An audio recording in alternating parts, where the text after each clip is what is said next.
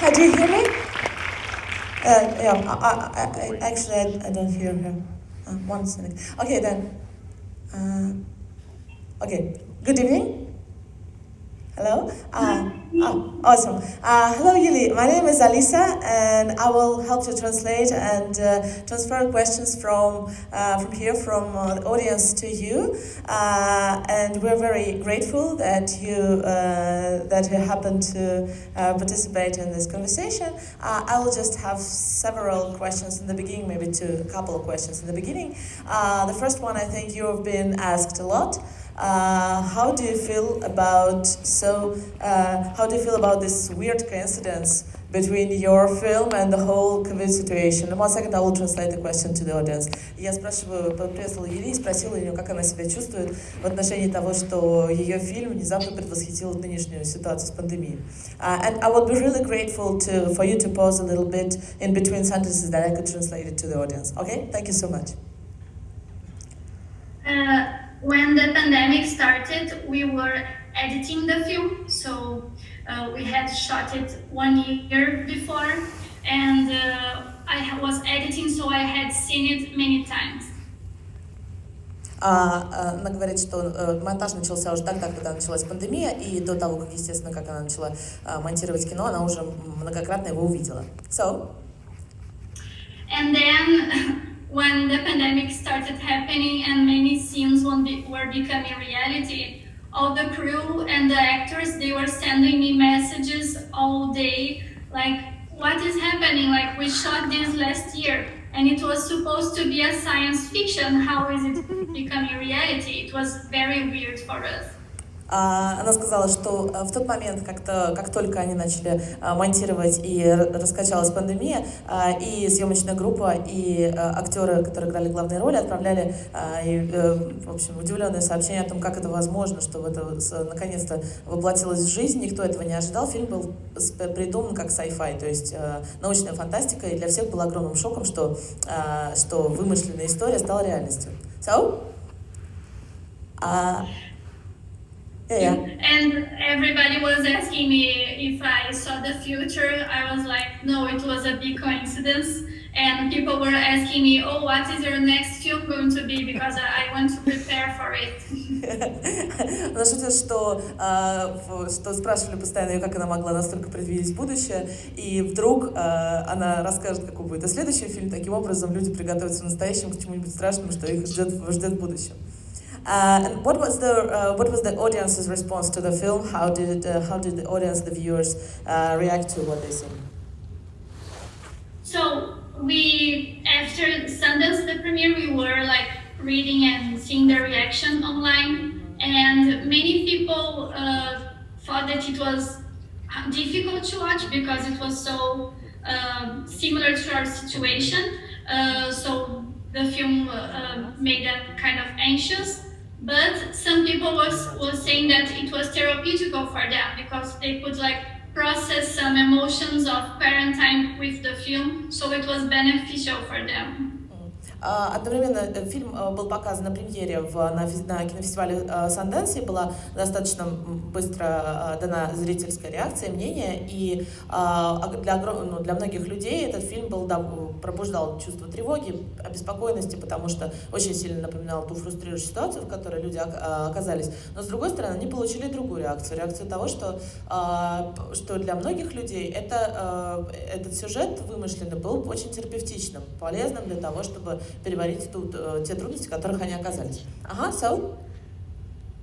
And? Oh, I think that... Окей. Кто-нибудь хочет спросить в зале? Да, давайте. There's a question from the audience. Здравствуйте, меня зовут Мэри. Алиса, мы знакомы заочно. Я хотела бы спросить, в начале фильма мы видим такие как бы ренессансные арки с контровым светом, просто точно это Мадонна Лита и ее фон. И эти розовые облака на голубом фоне, это просто Сикстинская капелла, Страшный суд. Правильно ли я прочитала эти отсылки и смотрим ли мы кино про Страшный суд? The question is from the beginning. In the beginning of the film, there are some references to the Renaissance painting, and these references are visible. Especially, it's the Madonna scene that is visible there, and also the. Last Judgment. А вот я и переводчик. Last Judgment. Judgment какой-то. Да, Judgment and the Judgment. Спасибо. And the Judgment Day as well. Did you put these references on purpose? And how did you work with the visual part of the film? Were you inspired by painting, by the history of art? Yes, when we were shooting the scene when the baby's being vaccinated, the art director said, "This is very Madonna-like. Like, do you want this? Like, he seems like he's baby Jesus." And I'm like, "No, I like it. Let's leave it this way." I enjoy it, and we recognize the reference there. Режиссер говорит, что это было наполовину нарочно, наполовину случайно. На самом деле они снимали в самом начале кадра, когда вакцинируют ребенка, и все очень сильно напоминало сцены с младенцем Христом, и съемочная группа обратила внимание на это, имела ли она это по-настоящему в виду, ей очень понравилась эта находка, и они решили ее оставить. Кто-нибудь еще хочет задать? Да, задавайте, пожалуйста. Здравствуйте, меня зовут Наталья. У меня первый вопрос, вернее просьба к режиссеру, да, что вот при нас, при всех свидетелях в зале, она снимет следующий фильм какой-нибудь, да, но хорошим такой вот прям позитив, чтобы прям сразу мир во всем мире, счастье всем, как у сталкера, да. Вот, то есть я хочу, чтобы она нам это прям пообещала, а мы все свидетели. Вот, что, да, потому что это было весело и интересно. И у нас с подругой как бы на протяжении фильма был один главный вопрос. Мы не поняли, кто девочка, с которой разговаривала главная героиня, да? Вот, Лина. Да, я сейчас передам вопрос. So there is one wish from the audience, and at the same time the question. The wish and the request, I can say the gentle request from the audience is to make some, including the audience and seeing all the people around, to shoot something more positive for the future. And the question is, there's problem with perception of who is the girl heroine, the girl that the main hero is talking to all the time and communicating to the whole movie. Who is this small person? Who is this girl figure? I'm just make a second part of the last question. Is that okay? About the visual? Yes. Sorry. Do you want me to repeat? No, I remember. Because about the paintings and about the visual, there is the pink cloud, the big one in the window from the musical sequence when I was just a little bit. Then it was much like a painting, and for us we needed the cloud to be beautiful and poetic and not realistic. Like we were looking for something visually that was seductive and a kind of pink that was looked harmless, and it had to be beautiful and it had to be attractive and not something that from the beginning you think, oh, this is going to kill us, this looks very dangerous. So all the visual was trying to get the visual and the music as well, like trying to be seductive and poetic, and some clouds reminded us of paintings too. Юлия вспоминает, собственно, продолжает ответ на предыдущий вопрос. Она говорит о том, что с самого начала, создавая визуальный язык фильма, они очень волновались и старались сделать так, чтобы облако, которое остается до самого конца фильма загадкой, не казалось угрожающим и не вызывало моментальную тревогу, дискомфорт, а одновременно было соблазнительным, красивым, магическим, волшебным и очень поэтичным для зрителя. зрителя, а не несло в себе какое-то угрожающее однозначное значение. И вот эту поэтику, в том числе, они из классического искусства, из палитры классического искусства тоже, в общем, апроприировали. And concerning the question that I asked from the audience, so who's this little person, who's this little girl? So the girl, what happened is we had to cut many scenes because the film was too long. So some things are a little bit hard to understand. So it's Giovanna's sister, is the younger sister of the main character. Во время монтажа фильма какие-то сцены, фильм был достаточно длинным, какие-то сцены были вырезаны, и Юли говорит, что некоторые вещи, может быть, сложнее понять, чем они были заложены. Это младшая сестра главной героини в юношеском возрасте, которая тоже, в общем, существует в сюжете этого фильма. Давайте еще какие-нибудь вопросы. Ага.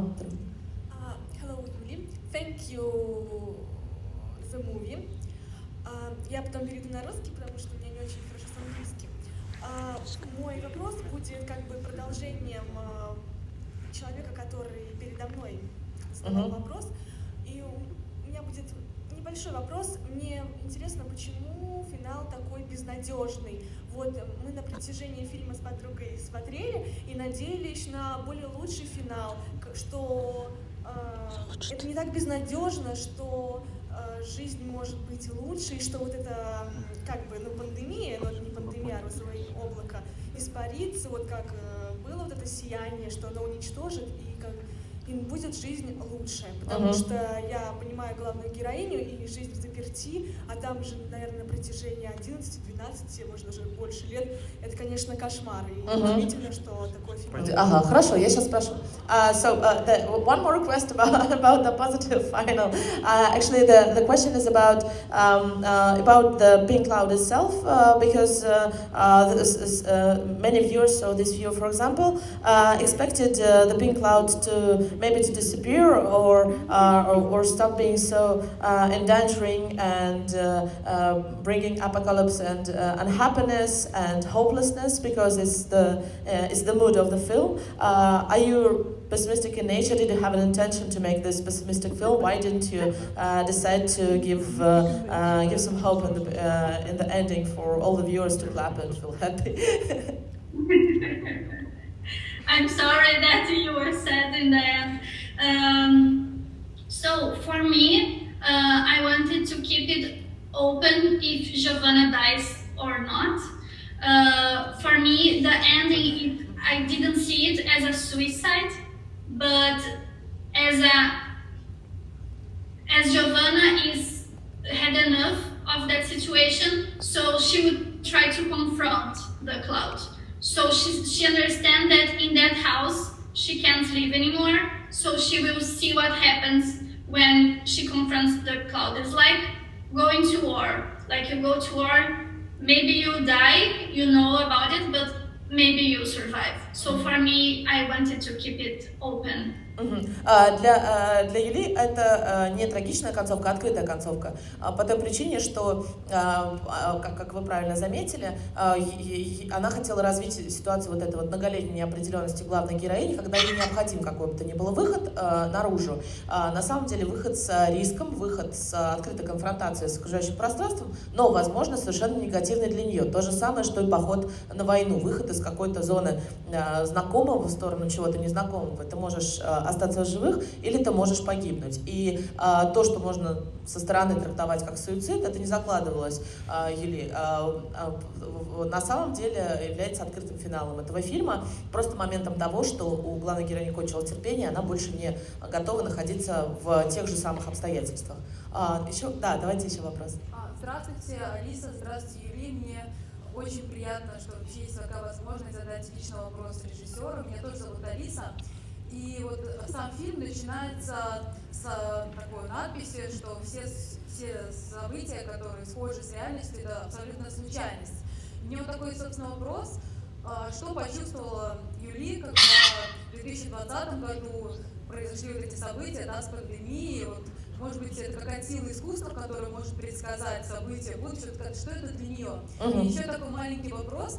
Вот лично у меня на протяжении фильма возникала такая мысль, почему герои не могут, допустим, сходить к соседям, потому что, как мы поняли, облако не может проникать, да, там, как дверь закрыта в подъезд. Почему они вот как-то не пытаются коммуницировать со своими соседями? Другими близкими людьми, которые находятся в закрытом пространстве. So here are two questions. The first one is, do you feel the power of art in this coincidence that the film actually foresaw the happening in reality? Do you see there's some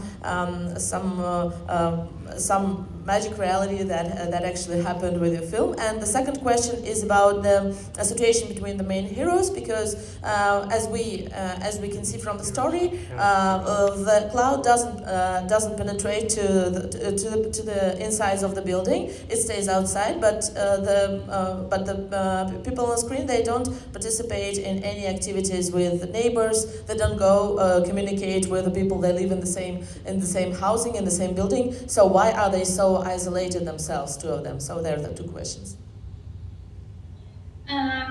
Okay, I forgot the first one. The first one. Do you feel there's some magic, the magic of the art, happening, the pandemic happening at the same time with your movie?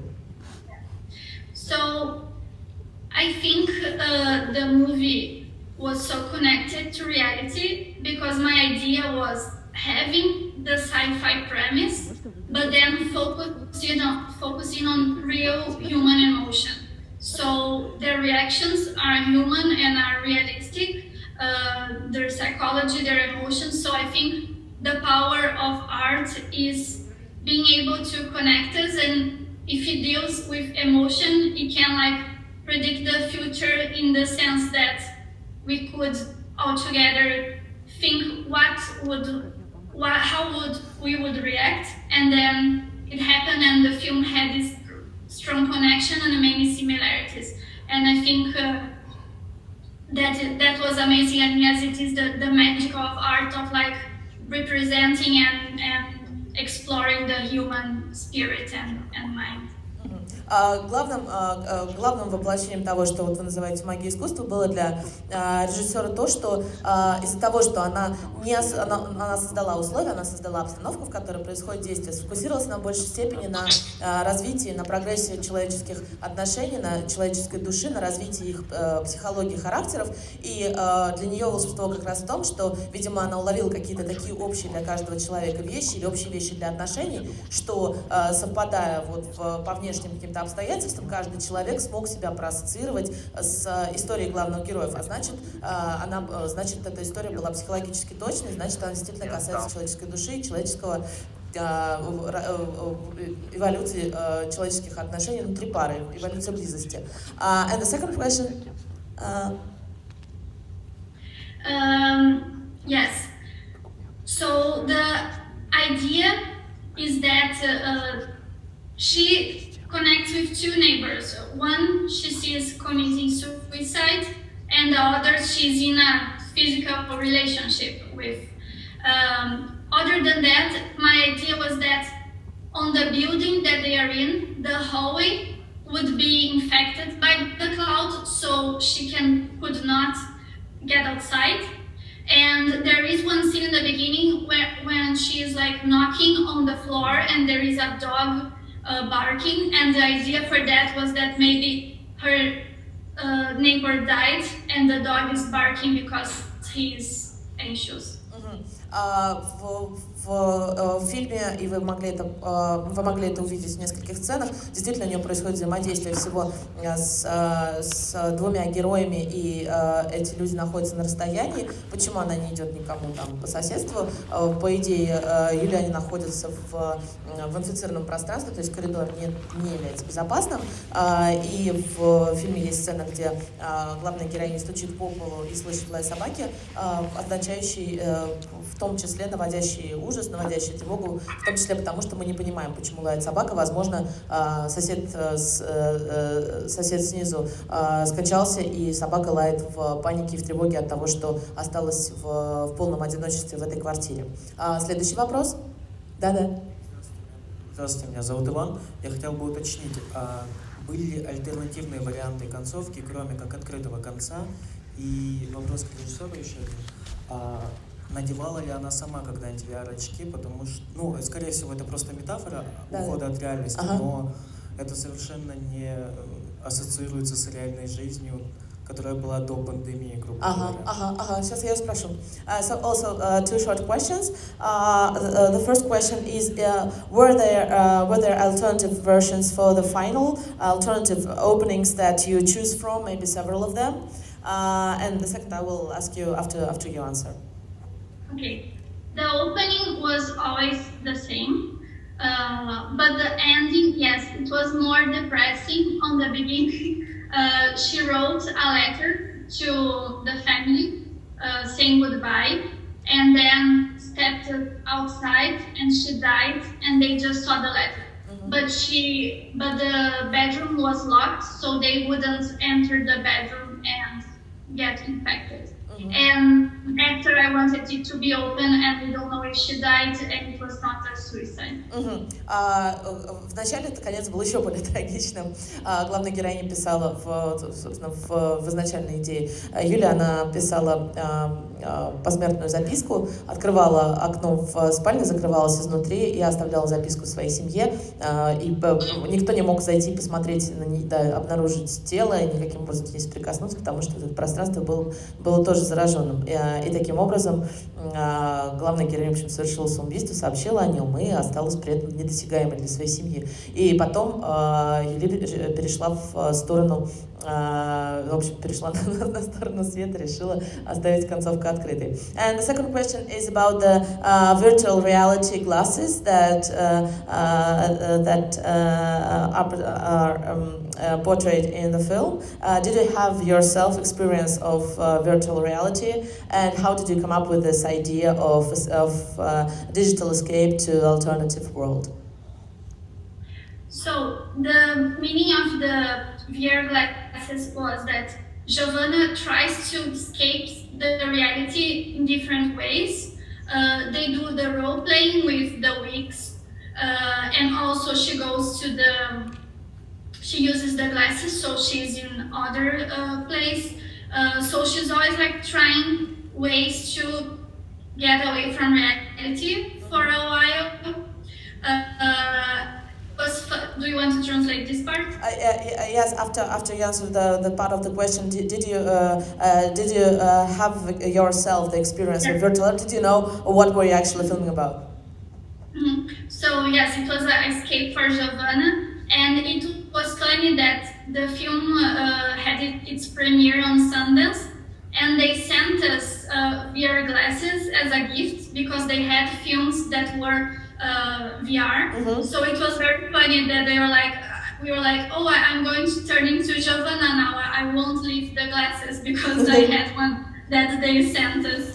So you didn't have any experience before filming the movie of the VR glasses, no? Not in my house. Like I didn't have one, but I went like in events that had VR glasses, so I had seen films in VR glasses, but I didn't have one of my own. And then with friends, I received one, and it was very funny because we were afraid that I was going to turn into Giovanna. Или говорит о том, что у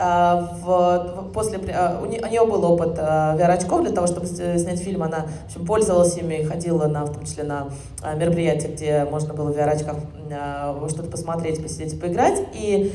Но своих собственных у нее дома не было. И после кинофестиваля Sundance, который проходил сейчас виртуально, собственно, проходил онлайн, и была отдельная виртуальная программа, ей прислали в подарок VR-очки, и она получила от них огромное удовольствие, но испугалась, что превратится довольно стремительно в главную героиню собственного фильма. Да, давайте вопрос. Hi, Yuri. I would like to ask you a question about the metaphor of the film. Лучше или очень громко в микрофон, или по-русски. Okay. So I read about this film before, and people said that it was linked to feminism, but I didn't really catch that link in the movie. So was it actually linked to feminism? Was there a metaphor, or?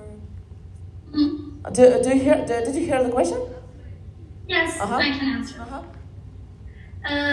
Yes, I think with COVID is more difficult to like get the other meanings for the cloud because we are in this pandemic situation. But if you analyze, the pink cloud affects more the female character and then the male character. And Giovanna, she says from the beginning that she didn't want to have children, and I think she didn't want to be with Iago that long. Like they were supposed to have one night together, and that's it. So it's like the pink cloud is putting her in a box, like society puts women like, no, you should follow these steps. So you live with this man for a long time, and then you have children. It doesn't matter if you don't want it or not. So we see that she's suffering and she's being put in a box. And also the idea that the pink cloud is pink, it's because it's a color very related to women and a color that is like almost imposed on us when we are little girls.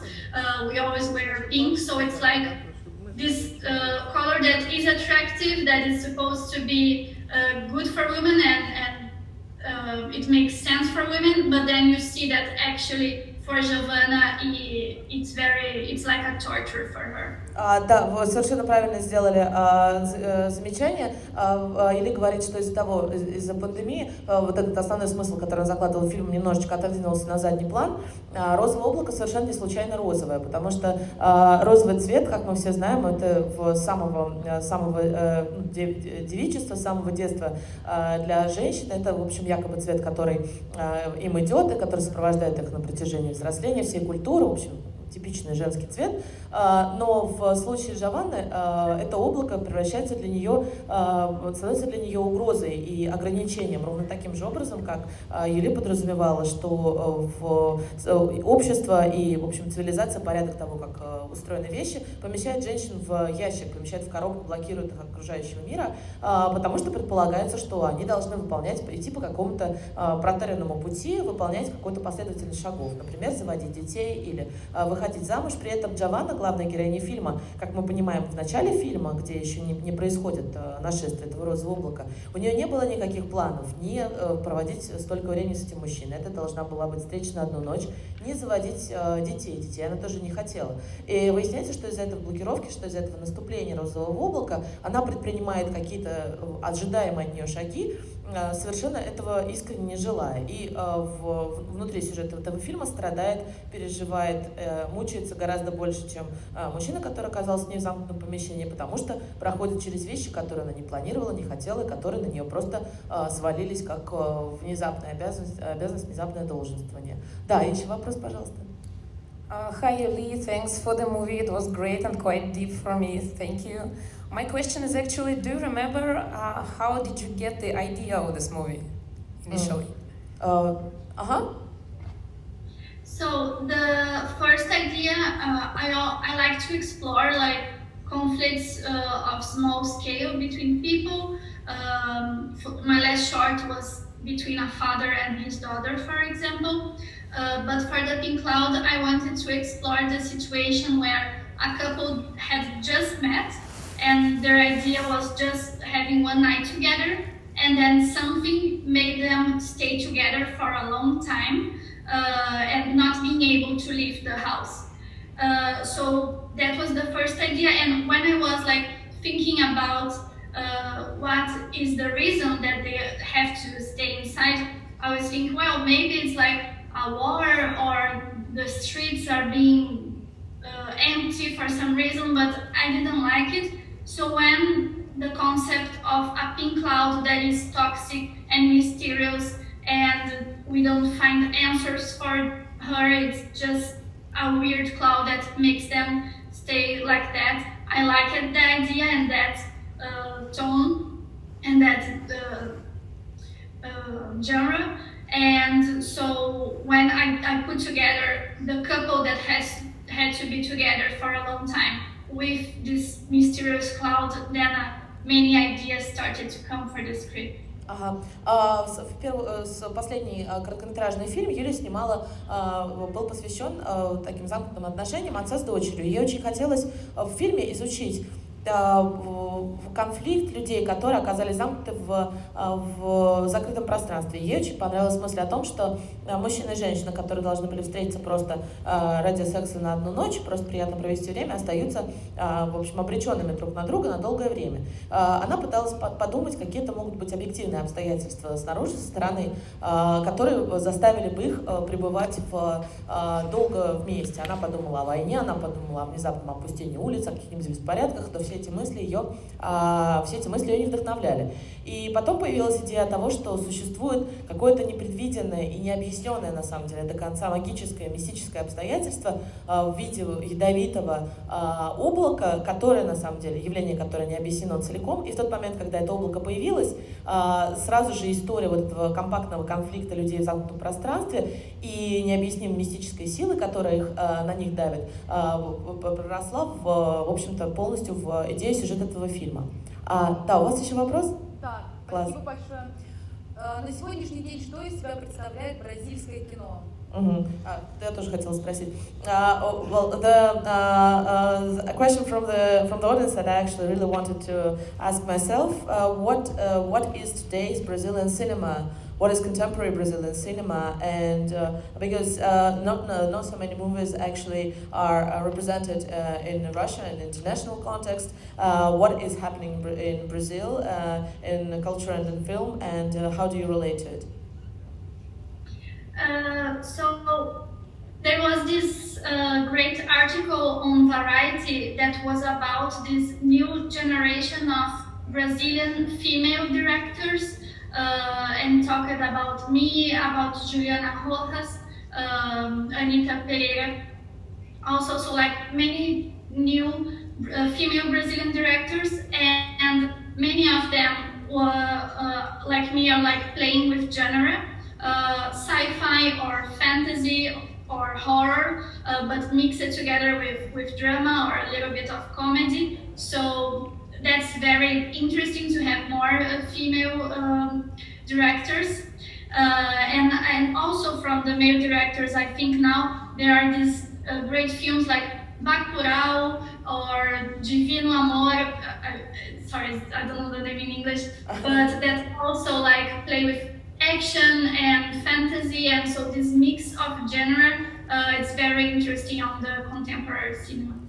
Для Юли, она об этом, кстати, говорила, я не перевела в предыдущем ответе, ей было важно и интересно поработать с жанровым кино, и многие режиссеры сейчас, молодые, жанровое кино смешивают с социальной драмой для того, чтобы каким-то образом по-новому передать, интересно подать публике свои сюжеты. Я так понимаю, что в международном Variety, вероятно, на английском языке, может быть, сможете найти эту статью, я тоже посмотрела. Была большая статья про то, что собой представляет современное бразильское кино с точки зрения режиссеров женщин, потому что все больше женщин снимает фильмы в Бразилии, вероятно, как и в остальном мире, это тоже добавка от меня. И отличает их как раз то, что в целом свойственно независимым режиссерам, это любовь к жанровому кино, к триллерам, к хоррорам, к sci-fi, к каким-то мистическим историям, которые смешиваются с драмой и социальной повесткой. И один из известных примеров хорошего бразильского кино, которое находится сейчас на слуху, второе название, я, к сожалению, правда не поняла на португальском, извините меня, пожалуйста. Первое — это вот очень известный бразильский фильм, по-моему, позапрошлого года, который называется «Бакурау». И он тоже как раз смешивает такую антиутопию немножечко с научной фантастикой, с политикой, со слэшером, и, в общем-то, по-настоящему так, жанровое кино объединяет с кино фестивальным, кино таким размышляющим, рефлексирующим. Да? Лучше прям совсем вот так, да. Hello, Юлия. Thank you so much for the great movie. Дальше на русском. У меня возник вот такой вопрос. Когда мы видим ближе к концу, что Яга начинает будто молиться облаку, у него в руках появляются какие-то розовые четки, нечетки, что-то непонятное. И дальше мы видим их же уже на ребенке. Дальше прослеживается такая аналогия, что как будто бы это становится своеобразной религией, и эта религия как будто бы помогает справиться с обстоятельствами, которые не выдерживает непосредственно главная героиня. Так что можно сказать, что ее спасает реальность, а мужа и ребенка спасает именно вот эта вера. Религиозный какой-то, религиозный. Да, совершенно верно. Вот интересует. Да, сейчас спрошу. А сколько у нас еще времени? Скажите, пожалуйста. Сколько у нас еще времени? Ага, все, да, вот предпоследний был. The question from the viewer is about this mystical connection between the child and the father, because at some point happens sort of religious ritual concerning some mysterious object that helps the father and the child to overcome the obstacles in the different way than the main heroine Giovanna actually overcomes them. So what is this religious ceremonial ritual that is in the Pink Cloud? What did you put in it, and how do you explain it to yourself and to the audience? I'm very happy that you saw the necklace, that you understood the connection. The idea is that the necklace is pink, and they made it themselves to like pray with that necklace, the pink necklace. And the idea is when Iago prays the father, he's like, thank you for my family, thank you for my house, thank you for my health. So the mental state of this religion and with this mentality that he has is like, always be grateful, always see the positive side, and that is how he works, how he thinks, and that drives Giovanna crazy as well, because the situation is not great, but they are denying everything that is bad. He doesn't want to watch the news, he doesn't want to know anything that is negative in the world, and for the kid, when he's a baby, the father already put the necklace in him, and he was born in the apartment, so it's easy for him to always be grateful, and he doesn't know how it is to go outside, to go in a park, go in a beach. So for him, the apartment is his whole world, and so it's easier for him to have this mentality of being grateful, always grateful for the positive things. Или очень рада, что вы заметили эту деталь. Она рассказывает, что действительно совершенно осознанно провела, в общем, сделала сценарный ход в отношении этого ожерелья. Ожерелье передается от отца к ребенку, потому что отношения у Яга и у Джованны к ситуации совершенно разные, и в тот момент, пока Джованна проживает настоящую депрессию, Яга живет совершенно в другой парадигме, в парадигме такого христианского благодарения за все, что есть вокруг него, за его семью, за еду, за то, что он здоров, и передает это передает это как наставник по наследству своему ребенку. А ребенку такое отношение к жизни, в общем, воспринимается им как должное по той причине, что другой жизни, в отличие от Джованны, к примеру, он не видел, он не знает, что такое выйти за рамки квартиры, он не знает, что такое не быть в доме, он не знает, что такое жизнь до розового облака, поэтому вот это отношение к жизни, вот этот эскапизм, вот это отрицание переходит от отца к ребенку и создает только дополнительное давление, дополнительное напряжение на главную героиню. Поэтому вот эта преемственность их атмосферы в семье передается как раз через эту деталь от отца к сыну. Так, и у нас еще есть время на один вопрос, да, последний. Сказать спасибо. Давайте попробуем два, вот только если быстро спросите, давайте. Первый хотела такую заметку сделать. Только что поняла, что ходила на этот фильм с другом, с которым, собственно, провела всю изоляцию весеннюю в России. Была ярко выражена одна самоизоляция, как я успела заметить. Так, давайте вопрос, мы прям торопимся. Вопрос, а с кем провела самоизоляцию? Была ли в ее стране самоизоляция, такая ярко выраженная? И нарушала ли ее Юлия, если я могу спросить? Сейчас все узнаем. Так, а у вас какой вопрос? Thank you for so great movie. I want to show this movie to all my family. And why main character not grow up during the whole movie? So she has some acts like a little girl, but she's become 40 years. Yeah. Так, давайте по-русски, я что-то не поняла, извините, пожалуйста. Почему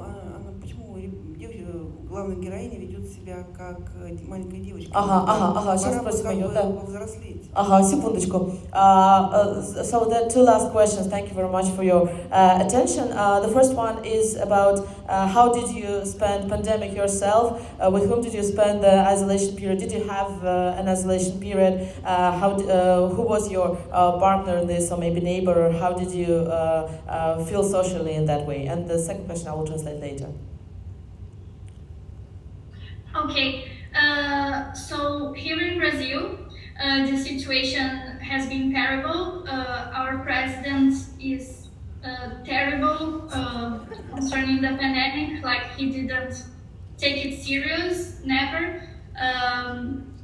So we have, like, we didn't have many rules as we should have.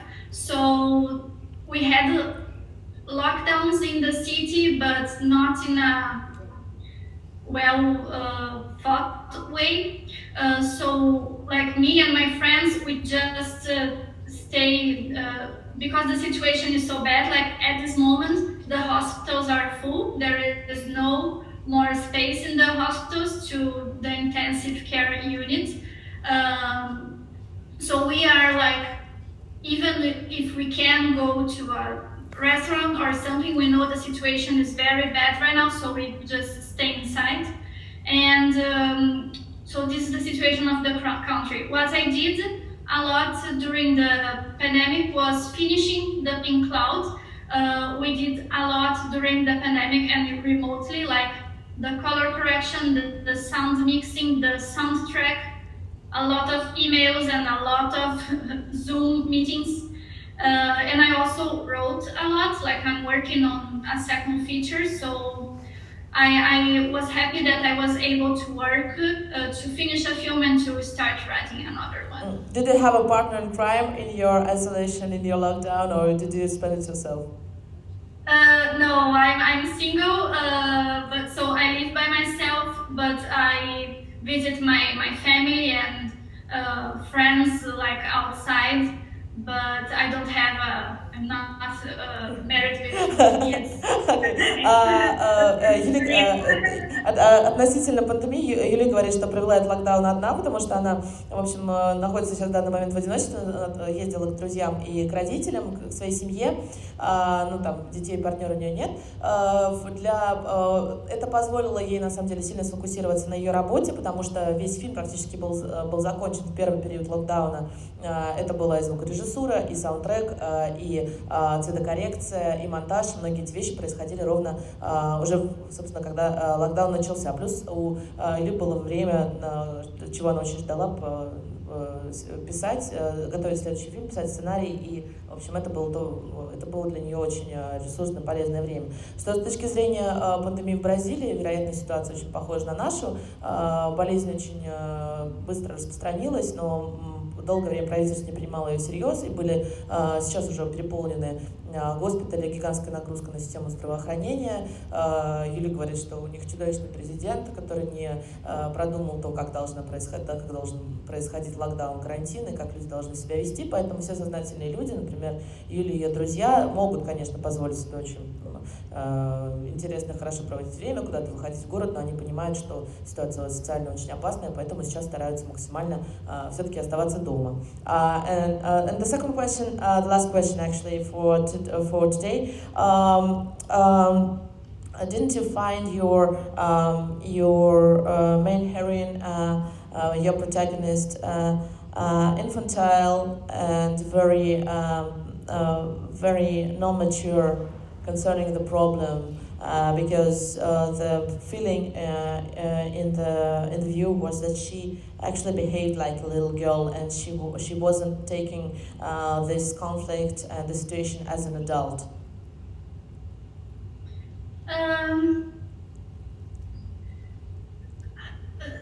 For me, they both have, Iago and Giovanna, they both have qualities and defects. And Iago, he adapts better. For sure, his adaptation is better than hers. At the same time, he ignores the world outside, so he's more sensible or more sympathetic with what other people are living, what's happening in the world. And I think that she really tries. For me, like even when the kid is young, like she's taking care of their son, and she's trying to help her friend that is depressed. She tries to talk with her sisters, to give advice to her sister. So for me, she's not childish, but at a point, maybe you're talking about when she's like using the glasses and ignoring. For me, like she reached a point when she can't deal with the situation any longer, and she sees that the kid is safe with the father and they have a bond. So the two men of the house, they have a bond, they are happy, and she can't relate to it. So she's like, I will stay in this little bubble because I can't deal with you with this house anymore. Для Ильи главная героиня совсем не кажется инфантильной. Она считает, что и у обоих главных героев, и у Яго, и у Джованны, есть свои плюсы и минусы. Яго, например, явно более адаптивный, у него хорошие эмпатические способности, он умеет приспосабливаться, он умеет слушать, он достаточно великодушный человек, но, к сожалению, находится вот опять же в ситуации отрицания. Некоторых очевидных вещей и боли своей партнерши не видит. А у Джованны на самом деле есть забота о близких, она общается со своими родственниками, и уходит она в самостоятельный путь, вот этот в открытом финале, в тот момент, когда понимает, что у отца ее ребенка и ребенка есть, образовалась какая-то своя собственная, немножечко мужская история, какой-то мужской пузырь, мужская связь, которая есть у них в семье, с которой она себя не может проассоциировать. Из-за этого ей хочется куда-то убежать, скрыться, почувствовать себя иначе. Отсюда, собственно, и ее там склонность к одиночеству, и VR-очки, которыми она начинает пользоваться, и все вот эти игровые прячущиеся механизмы, которые она использует для того, чтобы сохранить себя и каким-то образом себя почувствовать в безопасности рядом с этой семейной гармонией, которая происходит рядом с ней. Может быть, у нас есть еще возможность задать последний вопрос? Кто-нибудь хочет? Нет? Все, тогда благодарим Юлю. Давайте, да, быстренько, секундочку, вот мы сейчас. Спасибо скажу. Oi, Yuli, boa tarde, tamo vindo, né? Queria agradecer pelo filme, muito obrigada. Acho que toda a gente que está aqui hoje vai avisar todos os amigos, toda a família para que assistam o filme. Então, desejo muita saúde para você, para a sua família e obrigada pelo filme. Muito obrigada.